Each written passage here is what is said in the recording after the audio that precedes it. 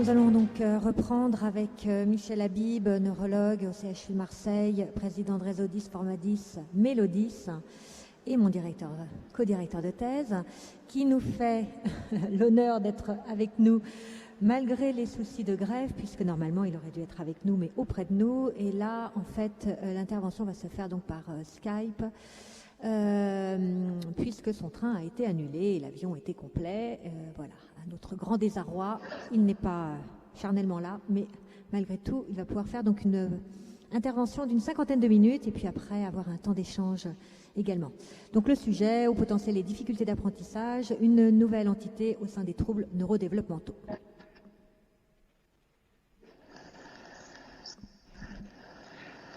Bien, bonjour.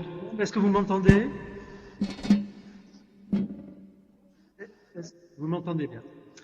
Alors, merci beaucoup Marie-Pierre pour ton invitation et merci aux grévistes de la SNCF de me donner le privilège de faire cette conférence de chez moi, ce qui est vraiment génial.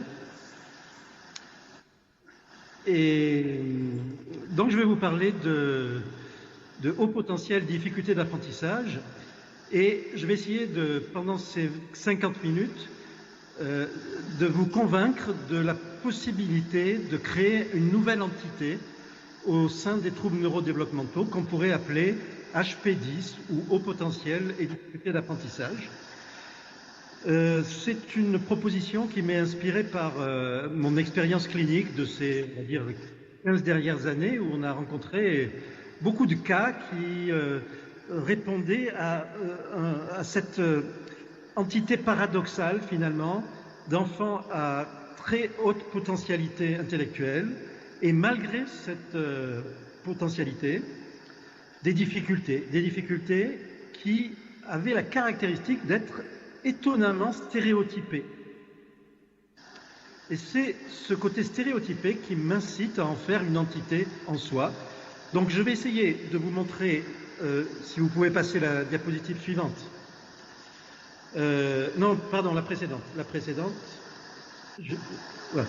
De vous parler dans un premier temps des arguments, on va dire, cliniques, du point de vue de la nosographie, puis d'une analyse personnelle d'une vingtaine de cas que nous avons rencontrés de ce type d'enfants et adolescents, avant d'aborder le vif du sujet, qui, en tant que neurologue, sera essentiellement neurologique, évidemment, c'est-à-dire vous montrer ce que l'imagerie cérébrale et les travaux récents en neurosciences nous permettent d'apporter à cette discussion sur l'existence, sur la réalité de l'existence de cette entité. Alors la diapositive suivante vous rappelle ce qu'on peut appeler la constellation des 10 et a surtout l'avantage de placer une conception modulaire de ce que va être ma réflexion par la suite de cet exposé. À savoir que, comme vous le voyez ici, j'ai placé sur ce schéma, sur cette constellation, le haut potentiel comme finalement un autre trouble 10, à l'instar de la dyslexie ou de la dysgraphie ou du TDAH. Évidemment, le haut potentiel n'est pas une pathologie et ça paraît excessif de le placer au sein de ces autres troubles. Mais l'idée ici est à la fois de souligner la fréquence de l'association entre précocité et certains de ces troubles. En particulier, on va voir à la fois le TDAH et les dyspraxies, dysgraphies, et à la fois de montrer que cette association, par sa fréquence, peut avoir une conséquence en termes de handicap et peut même potentialiser le handicap du trouble lui-même. Alors, la suivante. Ceci pour vous rappeler que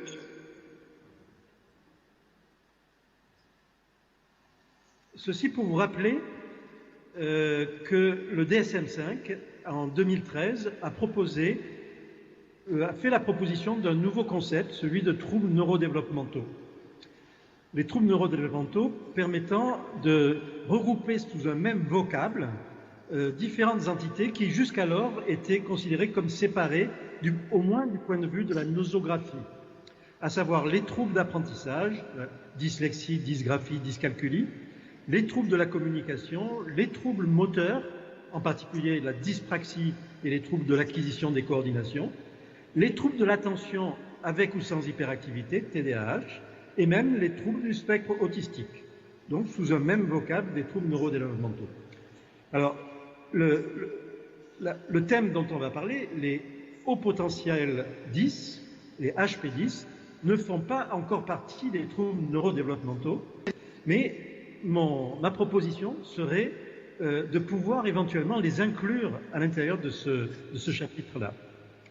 Un des arguments est issu de l'observation de 209 patients que nous avons analysés dans nos consultations dans un centre de référence des troubles d'apprentissage, et de la fréquence relative de la précocité intellectuelle parmi ces diagnostics.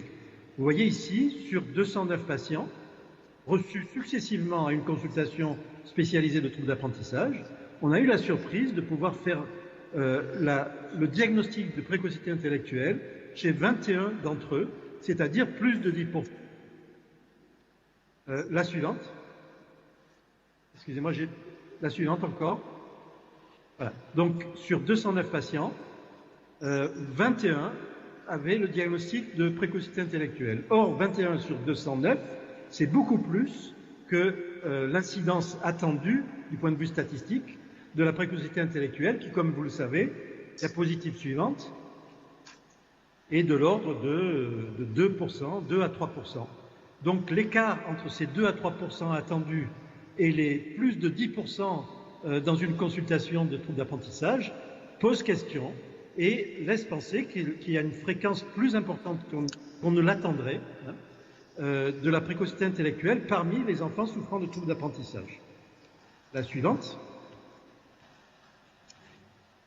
Une telle constatation a été faite également par d'autres équipes. Je vous cite ici une équipe d'Australie qui s'était posé exactement la même question. Pourquoi cette association entre trouble 10 et haut potentiel est-elle si fréquente? Et ils en avaient conclu, après un calcul statistique, qu'ils étaient arrivés à peu près 40 000 enfants pouvant recevoir ce diagnostic sur la population d'Australie, ce qui correspondait à peu près à 1% de la population, ce qui est vraiment beaucoup, effectivement. Voilà les chiffres donnés par cette équipe. 4 millions d'enfants en Australie, 7% d'entre eux souffrent de troubles d'apprentissage, 10% ont une précocité parmi ces 7%, et on arrive à près de 1% de la population générale qui souffrirait de cette forme particulière de troubles d'apprentissage avec haut potentiel. Un autre élément qui peut être intéressant pour la discussion est l'élément d'ordre génétique. Ici, je vous présente les profils de WISC de deux sœurs de 12 et 14 ans. Et vous voyez que l'une est en bleu ici et l'autre en rouge. Ces deux profils sont étonnamment similaires, voire superposables, ce qui laisse penser qu'il y a un fort facteur génétique à l'origine de cette similitude, en tout cas. Le problème, c'est que l'une des deux était sévèrement dyslexique et l'autre pas du tout. Ce qui laisse penser, évidemment, que l'hétérogénéité du profil, vous voyez ce profil avec une compréhension verbale très haute, donc très typiquement un haut potentiel verbal, et des éléments de raisonnement perceptif qui sont à peu près dans la moyenne, c'est-à-dire avec un écart de plus de 20 points entre le verbal et le non-verbal. Et on va voir que cela caractérise cette entité. Cette hétérogénéité ne peut pas, en soi, expliquer la dyslexie, puisque l'une des enfants était dyslexique et l'autre non. Donc, dissociation entre le profil cognitif et le fait de souffrir ou non de troubles d'apprentissage. Cela dit, la suivante. Si on analyse maintenant 20 cas consécutifs d'enfants ayant ce profil, on va pouvoir peut-être approcher un peu mieux la nature, au moins du point de vue clinique, de cette entité. La suivante, voilà, celle-ci. Voici 3 profils parmi les 20 en question. Et vous voyez qu'une majorité d'entre eux vont répondre à ce pattern, à ce patron d'écart entre tout ce qui est verbal sur la partie gauche de chacun des 3 schémas et le raisonnement perceptif, avec un écart que l'on voit sur la partie droite des schémas qui est entre 20 et même jusqu'à 50 points d'écart entre l'ICV, le raisonnement verbal, et l'IRP, le raisonnement perceptif. En bas, sur le 3e, le C, vous voyez le petit C en bas, il y a un profil qui est un peu opposé des 2 précédents, avec un écart dans l'autre sens. Et ce qu'on va voir, c'est que cette 3e possibilité est tout à fait exceptionnelle et que parmi les 20 que nous avons rapportés ici, la grande majorité répondent au petit a et petit b, et l'éventualité du profil inverse, comme en petit c, reste tout à fait exceptionnelle. La suivante. Et si on reprend les 20 cas sur ce schéma, avec en abscisse l'ICV, c'est-à-dire l'intelligence verbale, et en ordonnée l'IRP, l'intelligence non verbale, on voit que tous les points se répartissent dans la partie droite du schéma, c'est-à-dire représentés par une supériorité très, très forte du potentiel verbal par rapport au potentiel non verbal. La majorité suivante, vous avez un cas sur 20 avec l'écart inverse, c'est-à-dire verbal inférieur à non verbal. La suivante. Ah, pardon. Vous revenez, s'il vous plaît. Merci. La précédente. Voilà. 5 sur 20 sans écart significatif entre les deux. Et 14 sur 20, donc nettement la majorité, avec un écart très important en faveur du verbal.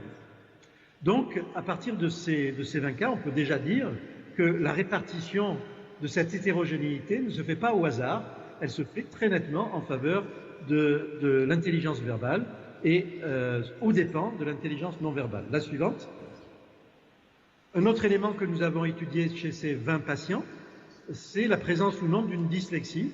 Et parmi ceux qui étaient dyslexiques, à peu près la moitié d'entre eux, on se rendait compte que la présence de la dyslexie était corrélée à une altération de la mémoire de travail et non pas à une altération des tests phonologiques, ce qui laissait déjà entendre que le type de dyslexie dont ces enfants pouvaient souffrir était d'une nature différente de la dyslexie habituelle, à savoir phonologique, et qu'ici, la cause était probablement d'ordre visio-attentionnel ou dysexécutive plutôt que phonologique comme habituellement. Et on va le voir, c'est quelque chose qui a été confirmé par la suite. Lorsque ces enfants à haut potentiel, en difficulté, ont une dyslexie avérée, ben cette dyslexie répond à un profil différent des dyslexies ordinaires. La suivante. Voici ce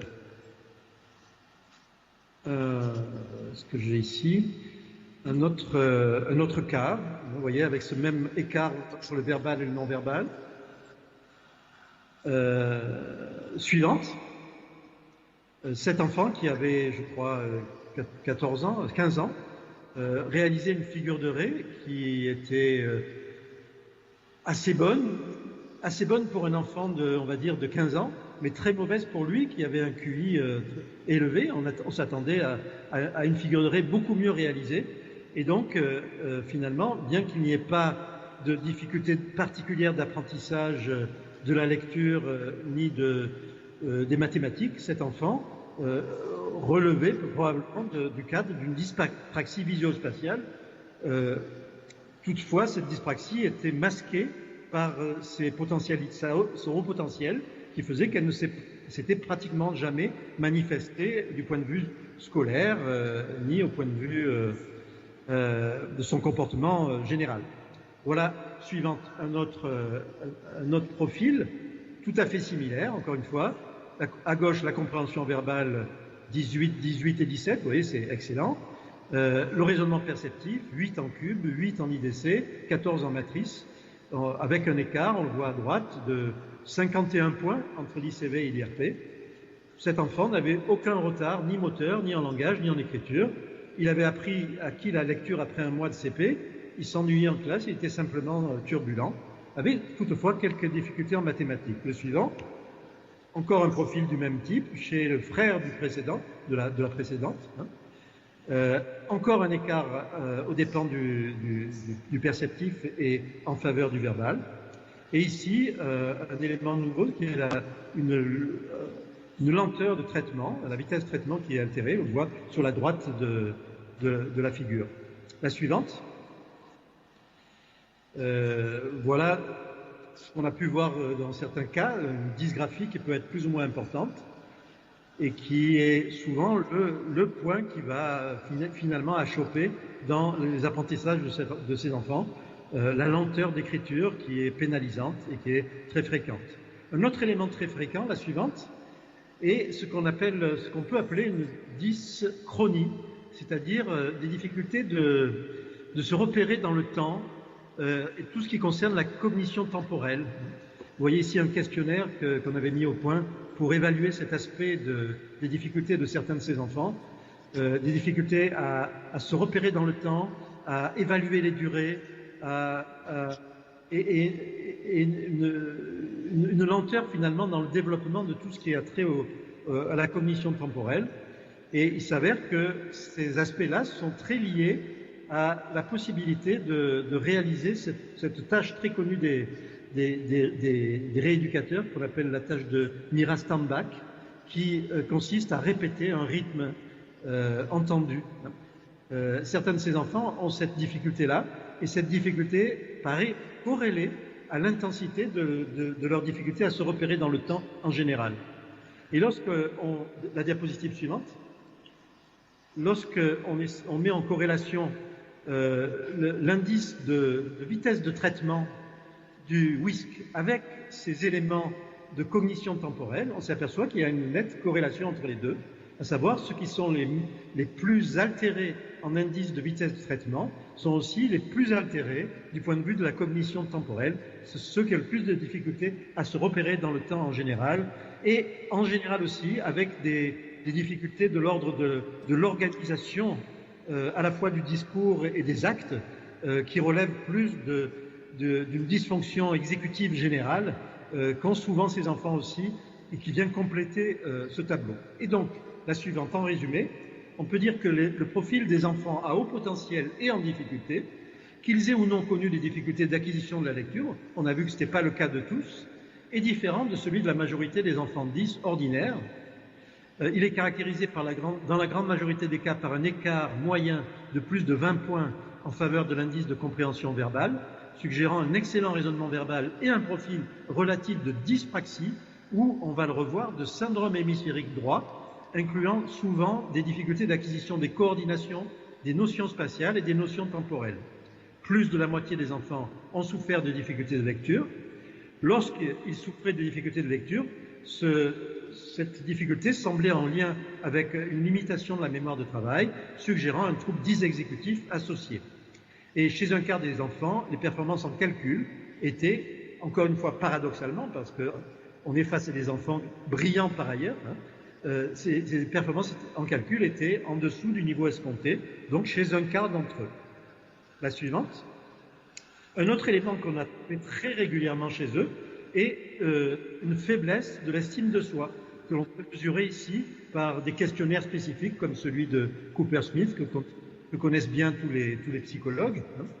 Et ce qui était intéressant ici, c'est de montrer que cette mesure de l'estime de soi était inversement proportionnelle, d'une part, au niveau d'intelligence générale, et d'autre part et surtout, comme c'est montré ici, à l'écart entre l'intelligence verbale et non verbale. À savoir, plus cet écart était important, plus les enfants avaient une faible estime d'eux-mêmes qui entrait, comme vous le savez, de façon importante dans parmi les conséquences psychologiques de leurs problèmes, avec des difficultés de prise en charge liées spécifiquement à cet aspect d'estime de soi. Mais je ne vais pas m'étendre là-dessus, si ce n'est la diapositive suivante, pour vous rappeler quand même que cet échec scolaire, lorsqu'il existe chez les enfants, alors on va parler pour le moment d'enfants non précoces, hein, réalisent ce qu'on aime bien représenter sous la forme de cette double boucle de l'échec scolaire, hein, cette double spirale, avec un déficit cognitif qui entraîne un frein dans les apprentissages et qui va avoir deux conséquences: la perte de l'appétence à apprendre, elle-même aggravant le déficit cognitif, et la perte de l'auto-estime qui va entraîner des conduites réactionnelles, qu'elles soient extériorisantes ou au contraire sur le versant inhibiteur, et tout ça venant aggraver à nouveau le déficit cognitif. Et ce que j'ai mis ici au centre, c'est le fameux système de la récompense, qui est la partie du cerveau qui, pense-t-on, est impliquée dans ce lien entre la motivation et le défaut d'apprentissage. La suivante. Si on regarde maintenant ce qui se passe chez un enfant haut potentiel, HP, on va voir que cette double spirale se transforme en une triple spirale, à savoir que, à cause de son hyperexcitabilité et son hypersensibilité émotionnelle, l'enfant HP va aggraver le système, ce double système, par la mise en place de compensation spontanée, hein, grâce à de meilleures stratégies cognitives. La mise en place de compensation spontanée va entraîner un retard au diagnostic, qui lui-même entraîne un défaut d'aménagement et d'appui, et va augmenter la spirale de l'échec et donc le déficit cognitif. Ainsi, ce qui est représenté ici, c'est le fait que le haut potentiel en difficulté va avoir finalement une double peine, du fait même de son haut potentiel, qui va aggraver d'une certaine manière les conséquences psycho-affectives de son trouble d'apprentissage. Une deuxième conclusion, la suivante. Les enfants à haut potentiel intellectuel et en difficulté d'apprentissage ont donc un profil cognitif étonnamment stéréotypé. Outre les compétences verbales supérieures et les caractéristiques classiques de raisonnement, de curiosité, de créativité de tous les HP, hein, leurs difficultés sont également très uniformes, relevant d'un déficit relatif dans les fonctions non verbales. Suivante. Sans doute en lien avec un profil émotionnel spécifique, fait d'empathie et de sensibilité exacerbée, de difficultés relatives dans l'établissement de relations avec les pairs. Ils souffrent systématiquement d'une faiblesse paradoxale de l'estime de soi, strictement proportionnelle à l'écart entre leur intelligence et leur réussite, faiblesse qui apparaît souvent comme centrale à leur mal-être scolaire et leur souffrance psychique en général. Cette association entre un déficit dans un domaine de fonction cognitive et à l'opposé un talent exceptionnel dans un autre suggère un facteur de variation, probablement génétique, capable d'avoir des effets opposés sur des systèmes cérébraux différents, ou l'association, plus fréquente que l'on ne voudrait le hasard, entre deux génotypes particuliers, on va y revenir. Cette organisation cérébrale particulière résulterait dans des styles cognitifs singuliers impliquant des circuits hémisphériques spécifiques, peut-être radicalement différents entre les HP homogènes et inhomogènes.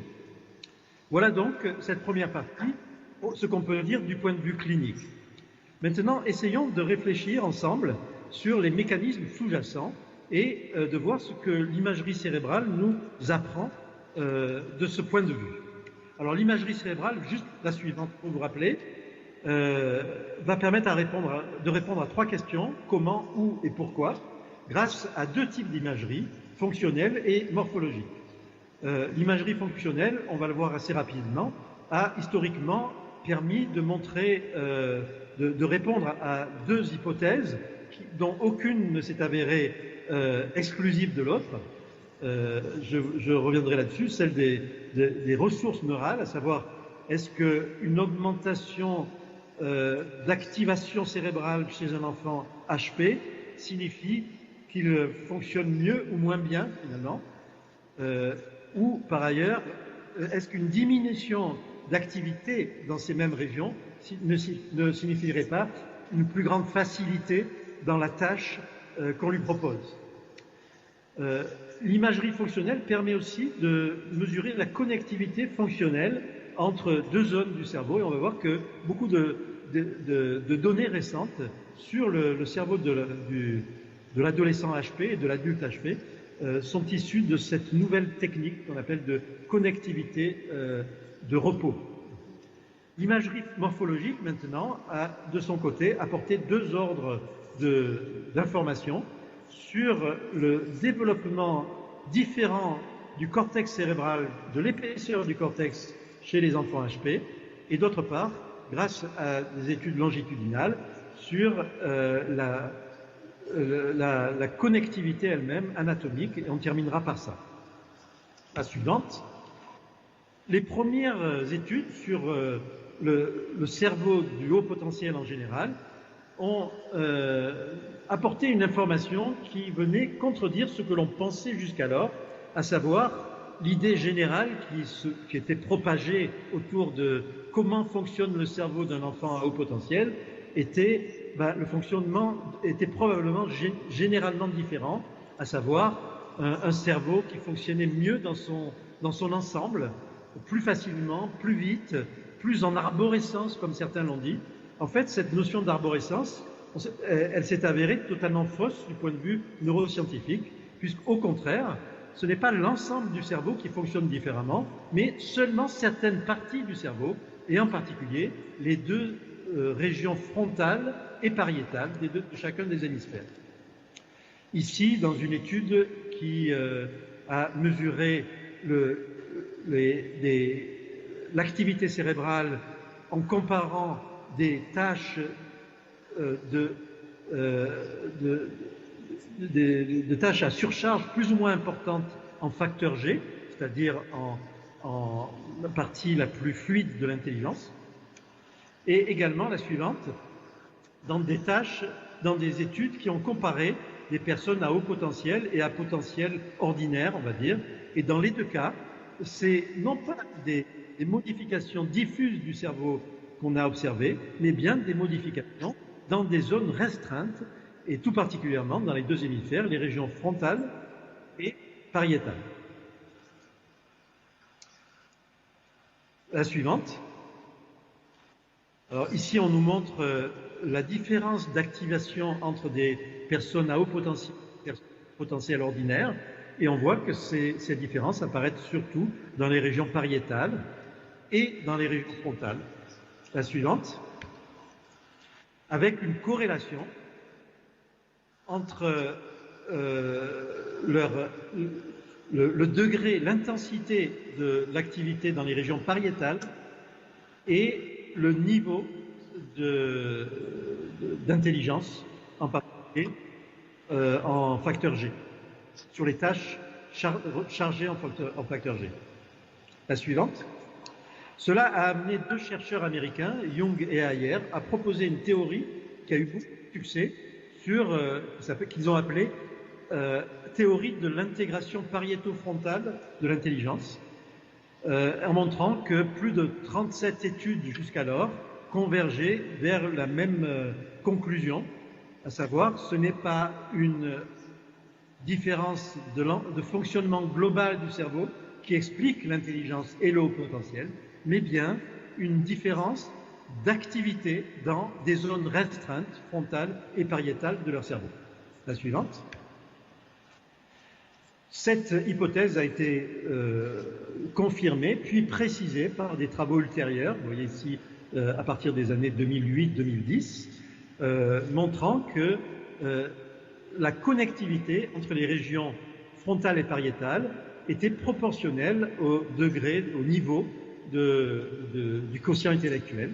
La suivante. Et que ici, ce sont des études encore plus récentes qui travaillent sur ce qu'on appelle actuellement le connectome, c'est-à-dire l'ensemble des connexions du cerveau, qui a montré que au moins deux circuits sont impliqués dans l'intelligence. D'une part, un circuit fronto-pariétal, comme on vient de le voir, mais également un autre circuit qu'on appelle en anglais default mode, c'est-à-dire du mode par défaut. C'est ce circuit qui serait activé sur le cerveau au repos. Hein. Et donc, on peut mettre en évidence un fonctionnement plus actif de ce cerveau au repos, ou en d'autres termes, que le cerveau de la personne à haut potentiel est plus actif même au repos dans ces zones-là. La suivante. Bon, on va passer. La suivante. Une dernière étude que je vous montre ici, qui est toute récente, qui montre que l'efficience de la connectivité dans tous ces réseaux semble croître progressivement au cours de l'adolescence et de façon proportionnelle à l'intelligence. En outre, ici, comme on le voit dans la figure du bas, qui montre le degré d'héritabilité sur 310 paires de jumeaux qui ont été analysés à la fois en IRM et avec leur QI, qui montre donc ce lien entre l'efficience de la connectivité et l'intelligence, que ce lien est explicable génétiquement, puisque l'aspect génétique ici, qui est dérivé de ces études de jumeaux, là je ne vous entends plus, est-ce que vous m'entendez toujours? Oui?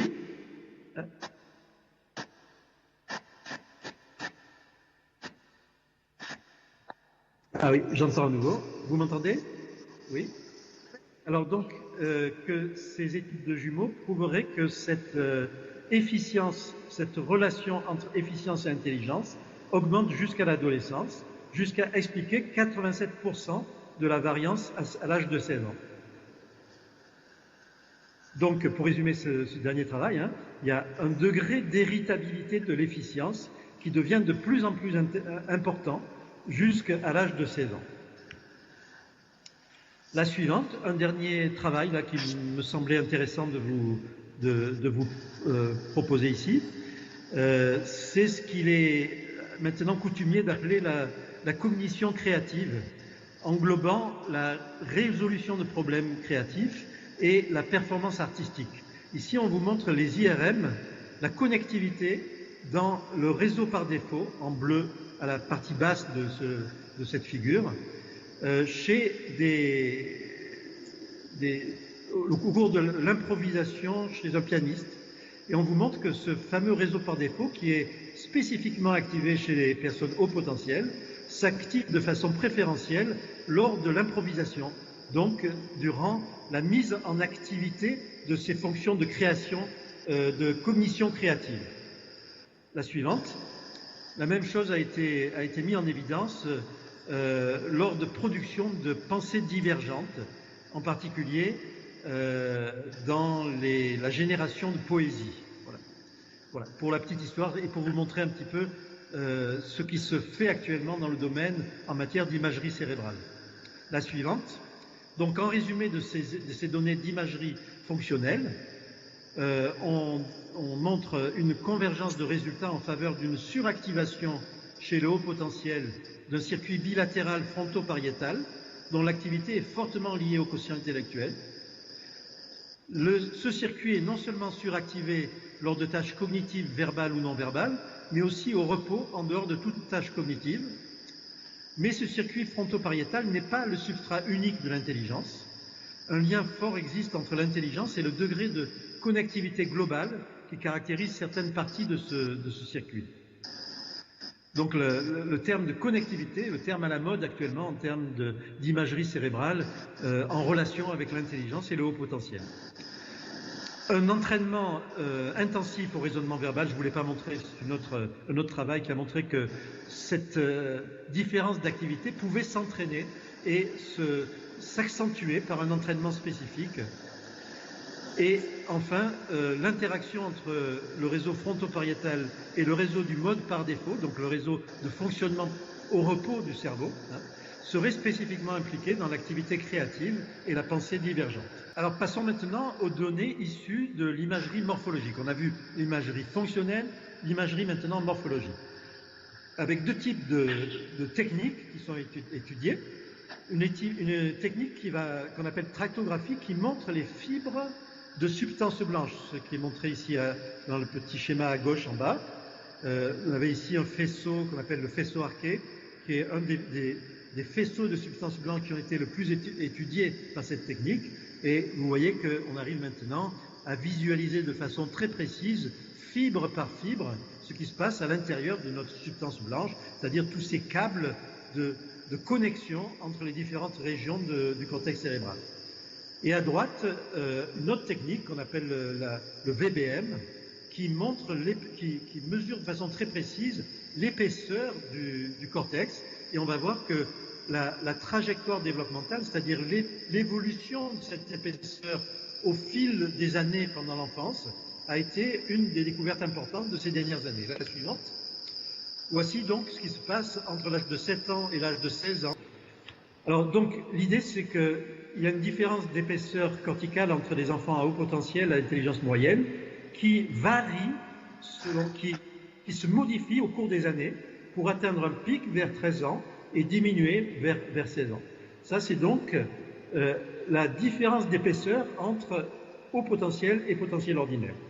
Sur la suivante, on va voir maintenant la courbe comparative entre cette évolution, cette trajectoire développementale, chez des enfants à intelligence supérieure, ici en bleu, des enfants à intelligence moyenne, en rouge, ordinaire, on va dire, et des enfants intermédiaires en vert. Alors, ce que l'on voit, c'est ce qui est marqué par la flèche en haut, la flèche verticale, c'est que la principale différence entre ces trois populations, et ce qui fait que les enfants à intelligence supérieure, donc les HP, se différencient des deux autres groupes, c'est le moment du pic d'épaisseur maximale avant que ne débute la phase de diminution d'épaisseur du cortex. Ce que l'on voit ici, donc, c'est ce qui est écrit, la phase de croissance dendritique et de synaptogénèse dure donc plus longtemps avant que ne commence la phase d'élimination de connexion chez ces enfants à haut potentiel. En d'autres termes, tout se passe comme si la période où se met en place la croissance des dendrites et des connexions était prolongée pendant 2 ans de plus chez ces enfants par rapport à des enfants d'intelligence plus ordinaire. Et ce qui laisse penser que pendant cette période, il peut se passer finalement plus de choses, plus d'interactions avec leur environnement, et qui est peut-être une des explications de leur différence cognitive. Ce qu'on voit ici, c'est maintenant la méthode de diffusion qui montre les zones où il y a de plus fortes connexions entre des hauts potentiels par rapport à des potentiels ordinaires. Et ce que l'on voit très nettement, c'est les zones en bleu ici, c'est que ces zones se superposent avec les zones de plus forte activité qu'on a vues tout à l'heure entre le lobe frontal en avant et le lobe pariétal en arrière. La suivante. Encore la suivante. Il y a un groupe de hauts potentiels qui a été tout particulièrement étudié par plusieurs équipes. C'est les hauts potentiels qui sont doués en mathématiques. C'est-à-dire il y a des études qui ont porté sur des centaines d'enfants qui sont à la fois à haut potentiel et qui sont très forts en mathématiques. Et on voit que chez eux, tout particulièrement, ces connexions entre le lobe frontal et le lobe pariétal sont éminemment plus développées et plus condensées que chez un groupe contrôle. Également, une autre partie des connexions à l'intérieur du cerveau qui a été étudiée est montrée plus prononcée chez les hauts potentiels, c'est le corps calleux, c'est-à-dire les fibres qui unissent les fibres de substance blanche qui unissent les deux hémisphères droit et gauche. Et donc on va voir, c'est pas anodin cette constatation. Elle montre donc que la connectivité entre les deux hémisphères est également proportionnelle à l'intelligence. C'est ce qui est marqué en bas. Un dernier point, les études les plus récentes montrent que parmi ces zones de plus forte connectivité, il semble qu'il y ait un lien tout particulier entre la connectivité entre les zones frontales internes, sont celles qui sont proches du cortex orbitaire, cortex orbitaire qui est connu pour être impliqué dans tous les éléments de cognition émotionnelle et de cognition sociale en particulier sur le cerveau. C'est la partie du lobe frontal qui est la plus émotionnelle, si vous voulez, et qui a une corrélation entre l'intensité de ces connexions et à la fois le quotient intellectuel et l'efficience du point de vue exécutif, des fonctions exécutives. En résumé, le cerveau du haut potentiel possède deux particularités morphologiques, à côté des particularités fonctionnelles dont j'ai parlé juste avant. Une plus longue période de croissance du cortex préfrontal avant que ne débute la période d'élagage des synapses, qui pourrait augmenter la période critique durant laquelle s'installent des connexions cruciales, mais aussi augmenter la probabilité d'un déséquilibre interhémisphérique de l'installation de ces connexions. On va voir que c'est une hypothèse qui pourrait expliquer le cas de figure particulier du trouble du HP10 avec cette difficulté tout particulièrement dans tout ce qui est non-verbal. Une plus forte densité des projections, vous êtes la suivante si vous voulez, je suis à la suivante, voilà.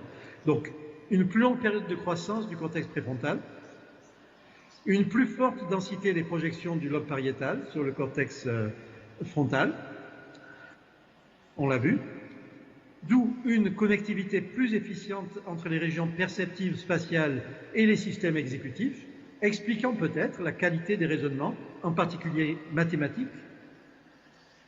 Et enfin, des études de corrélation montrent que ce sont les connexions entre les régions singulaires antérieures et frontales inférieures qui sont le mieux corrélées à l'intelligence d'une part et au fonctionnement exécutif d'autre part, suggérant que le lien de ces zones avec l'intelligence se ferait via les fonctions exécutives. Je n'ai pas le temps de plus détailler ça.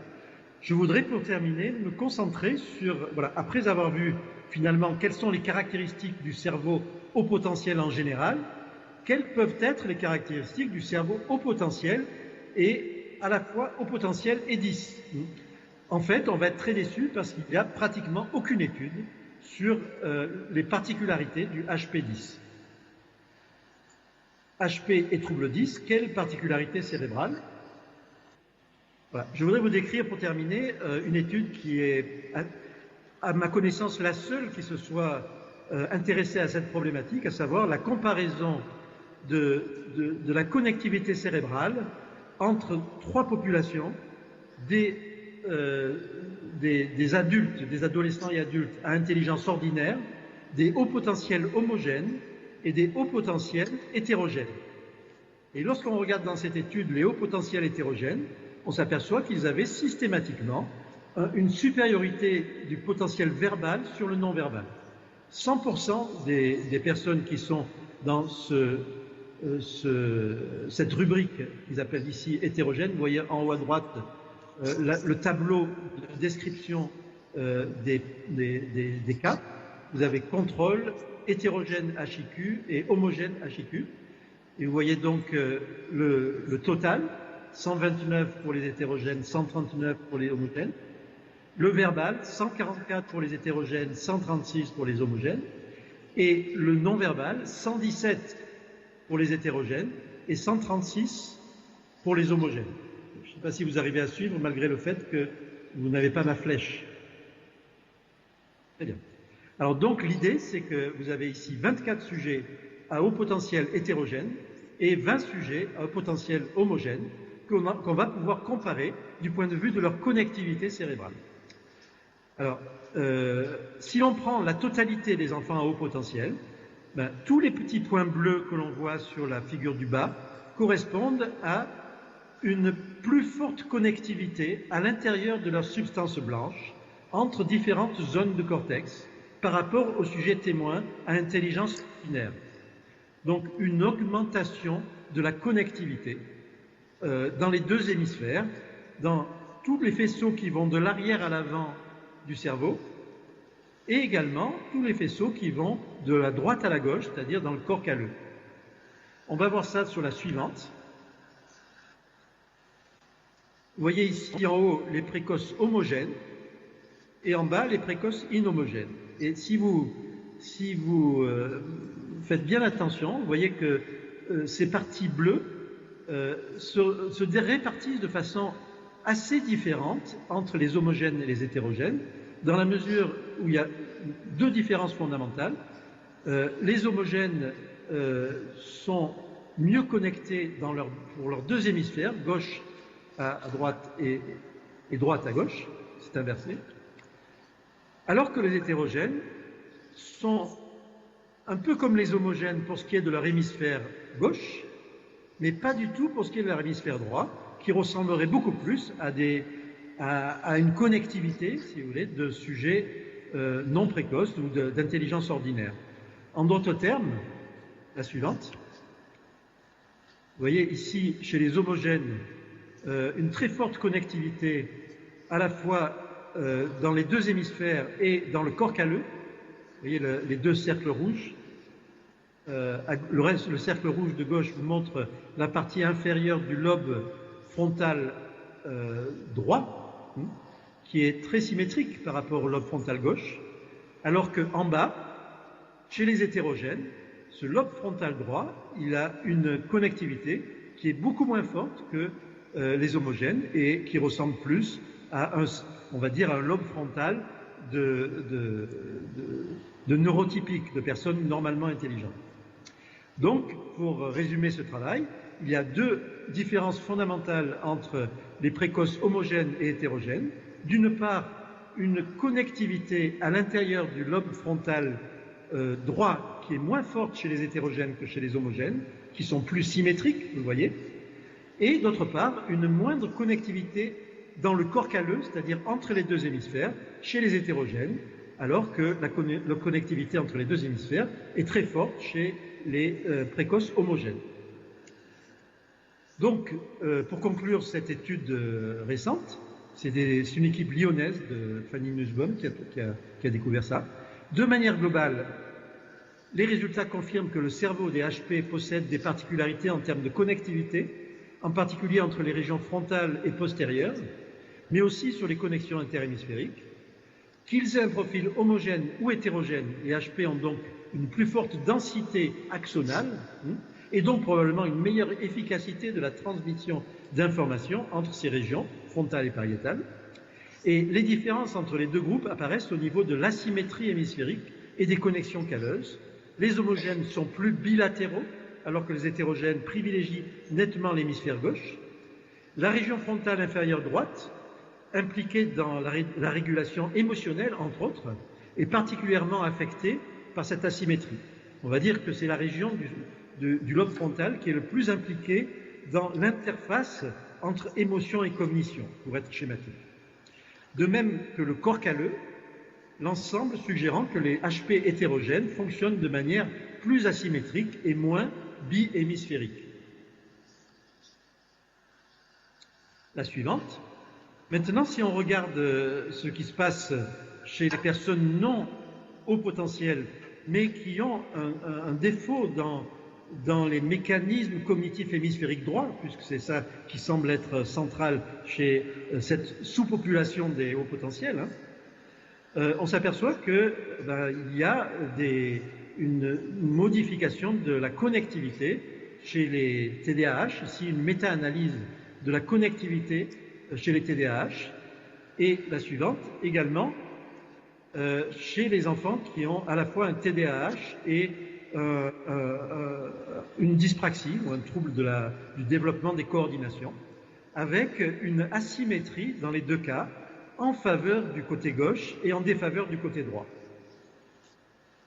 La suivante. Cela rappelle une entité qui est assez peu usitée en France, mais qui est très utilisée en Amérique du Nord. Ici, j'ai emprunté ça à un site québécois scolaire qui fait une communication autour du trouble d'apprentissage de type non-verbal, TANV, qui est une entité qui n'existe pas dans le DSM-5, mais qui est très utilisée en Amérique du Nord. En France, vous dites TANV, il y a vraiment peu de cliniciens qui utilisent ce terme. Le TANV, c'est quoi? C'est essentiellement des enfants, des adolescents qui ont un très bon potentiel verbal et qui, vers le début de l'adolescence, commencent à se mettre en difficulté scolaire. Et si on creuse un peu, et seulement si on creuse, on va s'apercevoir que leur performance attentionnelle dans les praxies visuospatiales et à certains niveaux de la cognition sociale également sont un peu en dessous de ce qu'on attendrait.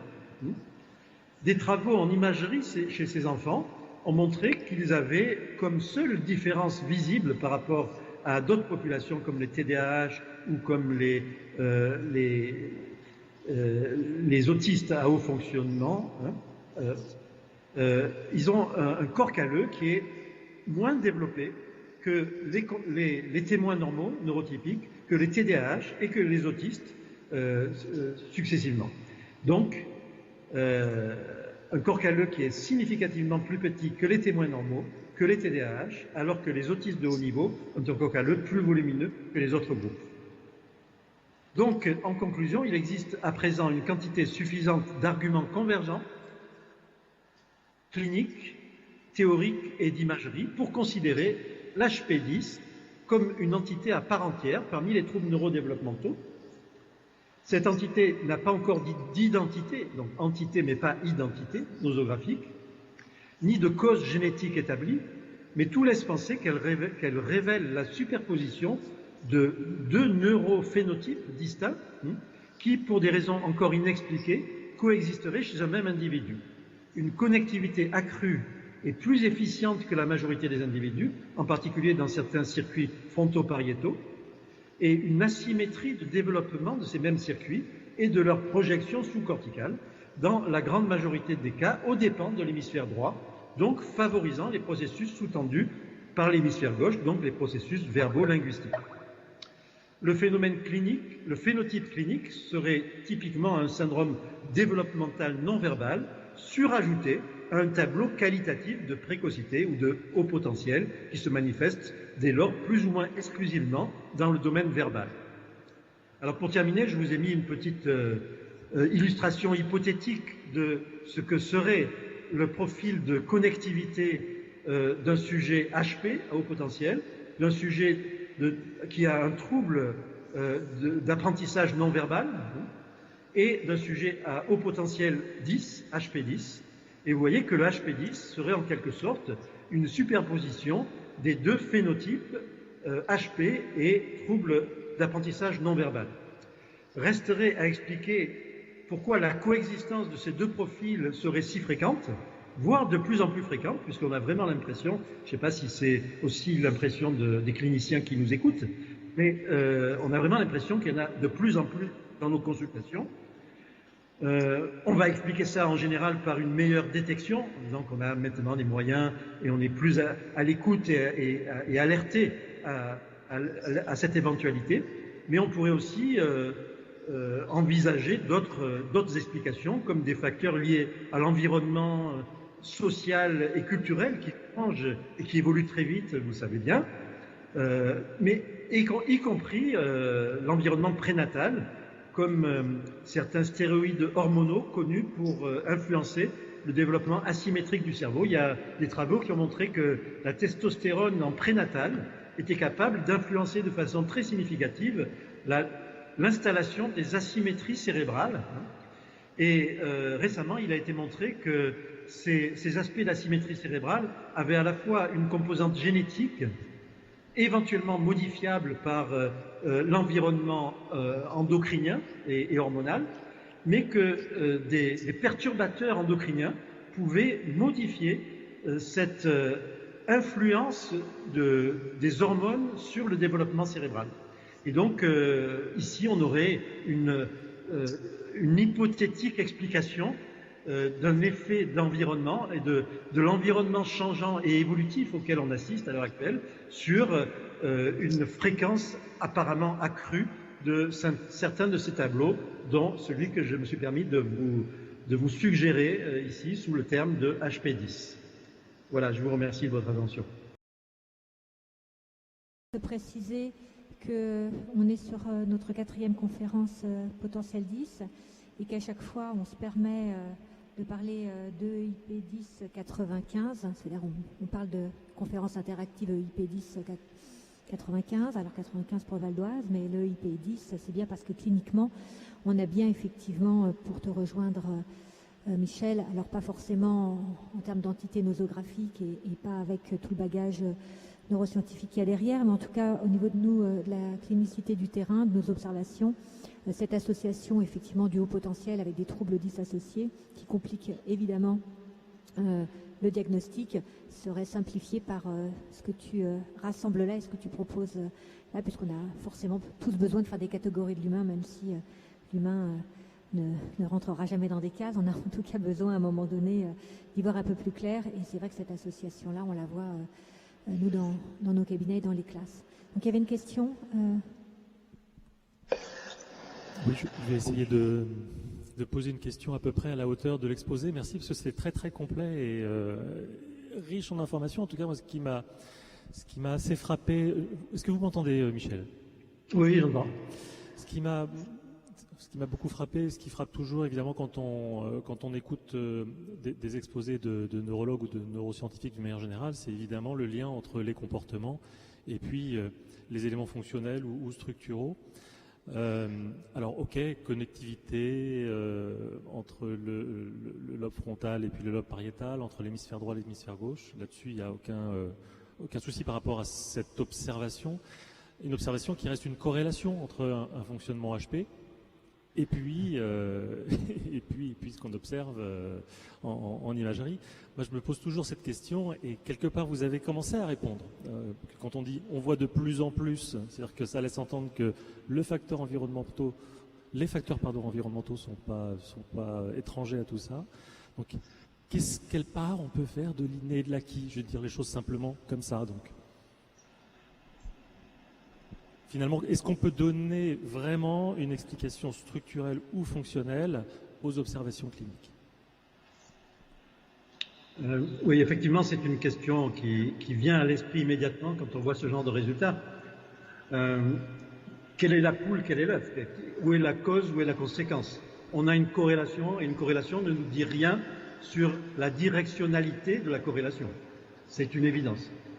En revanche, on a d'autres modèles expérimentaux qui nous laissent penser que les deux existent. Par exemple, un domaine qui a été beaucoup mieux étudié de façon beaucoup plus approfondie, qui est celui des troubles de la lecture chez le dyslexique, où on a pu montrer des arguments en faveur des deux hypothèses, à savoir les différences anatomiques seraient la conséquence d'une moindre expérience de l'enfant pendant son apprendissage avec la lecture, et donc des structures qui sont impliquées dans la lecture vont se développer de façon moins efficace, okay. Et aussi, par ailleurs, des preuves que les anomalies constatées préexistent à l'apprentissage de la lecture, et donc probablement ne peuvent pas être considérées comme la conséquence d'un mauvais apprentissage. Donc ça, c'est un exemple particulier, mais qui peut être transposé à d'autres constatations comme celui du domaine dont j'ai parlé tout à l'heure. En d'autres termes, si on se pose la question de la causalité, on ne peut pas y répondre de façon univoque. Probablement, les deux fonctionnent dans les deux sens. Il y a une prédisposition génétique à une différence de structure, de structuration de certaines connexions en particulier, puisque c'est de connexions qu'il s'agit ici. Et à la fois, cette différence va pouvoir être accentuée ou modifiée, en tout cas, en fonction de facteurs d'environnement, en fonction de l'expérience de l'individu, de l'effet de l'environnement sur ses comportements et à la fois sur l'interaction complexe entre la structure et la fonction, et entre la fonction et la structure dans l'autre sens. Alors, je ne sais pas si j'ai répondu à votre question. Ah ben, au contraire, très bien, et ça m'emmène tout de suite à ma seconde question, puisqu'il n'y en aura pas de troisième, en tout cas a priori, puisque c'est très encourageant, se dire qu'il y a les deux, c'est super. Du coup, alors, on peut fonctionner par hypothèse à ce stade. Qu'est-ce qu'on pourrait faire comme préconisation pour, en termes de réponse à ces différences structurelles, finalement accentuer, favoriser un rééquilibrage entre ces fonctionnements hémisphériques? voilà, je vous demande une réponse peut-être par hypothèse à minima, mais voilà. Oui, il y a la réponse dans votre question. Effectivement, si on admet que les deux sont vrais, qu'il y a à la fois une prédisposition génétique, constitutionnelle, et un effet de l'environnement sur cette prédisposition, sur les effets de cette prédisposition, à ce moment-là, on a deux pistes importantes et qui ne s'excluent pas l'une de l'autre. C'est d'une part intervenir le plus tôt possible, donc faire de la prévention, c'est favoriser tout l'axe de la prévention, et d'autre part, l'idée que, quel que soit l'âge finalement, il y a encore espoir de modifier les choses, puisque cette structure, grâce à la plasticité cérébrale, va être capable de se modifier encore et encore sous l'effet de l'environnement. J'ai l'impression d'entendre le même questionnement, le même débat que quand j'étais à l'université il y a 20 et quelques années, où on se demandait ce qu'il en était de la structure des troubles psychiatriques et de la psychodynamique. Effectivement, les phénomènes environnement, les phénomènes épigénétiques, heureusement, c'est d'ailleurs pour ça qu'on est là aujourd'hui, c'est-à-dire que le thème de la conférence d'aujourd'hui, c'est l'accompagnement. On ose espérer que toutes nos actions d'accompagnement, qu'elles soient parentales, médicales, psychologiques, éducatives, pédagogiques, contribuent fort heureusement grâce à ce que maintenant on peut nommer comme la plasticité cérébrale, ou avec des apports très cliniques et très bien explicités comme le fait M. Berthaud sur la simplexité. Le cerveau humain est à ce point compliqué qu'on peut effectivement lui permettre par l'environnement qu'on lui offre de se modifier tout au long de la vie. Donc voilà, c'est cet espoir-là, je crois, et cette mise au travail-là de l'entourage, de l'enveloppe, non pas le cortex, mais nous, les personnes accompagnantes, qui peuvent contribuer. D'ailleurs, je pense que la classe laboratoire, la classe expérimentale que tu as proposée sur Marseille, c'est un des éléments de terrain qui peuvent effectivement concrétiser cet espoir d'accompagner les enfants pour améliorer leur modalité de fonctionnement. Donc, voilà, je sais pas. Oui, tu as donné une réponse là, oui. Oui, excuse-moi. La distance. C'est bien, Marie-Pierre, oui, c'est ça. Non verbal, plus difficile. Oui, effectivement. Je rajouterais quand même que cette notion de double axe d'intervention, à la fois intervenir de façon rééducative et de façon préventive, implique aussi la notion de dépistage précoce. Et je crois que dans tous ces domaines-là, l'avenir est quand même au dépistage. Il ne faut pas avoir peur de se lancer dans des créations d'outils qui permettent de dépister de façon plus précise. Et je crois qu'il y a là des pistes qui sont capitales à exploiter dans chacun des domaines dont on a parlé, qu'il s'agisse de troubles d'apprentissage, qu'il s'agisse de difficultés d'ordre psychopathologique. Je sais que dans certaines de ces difficultés-là, il y a eu des voix qui se sont élevées contre l'idée d'un dépistage qui pourrait être trop stigmatisant. Moi, je pense qu'un dépistage n'est jamais trop précoce et n'est jamais trop stigmatisant par rapport à l'avantage qu'on a à intervenir le plus tôt possible du point de vue neurologique. Attendre, c'est toujours prendre un risque qu'on ne peut plus contrôler.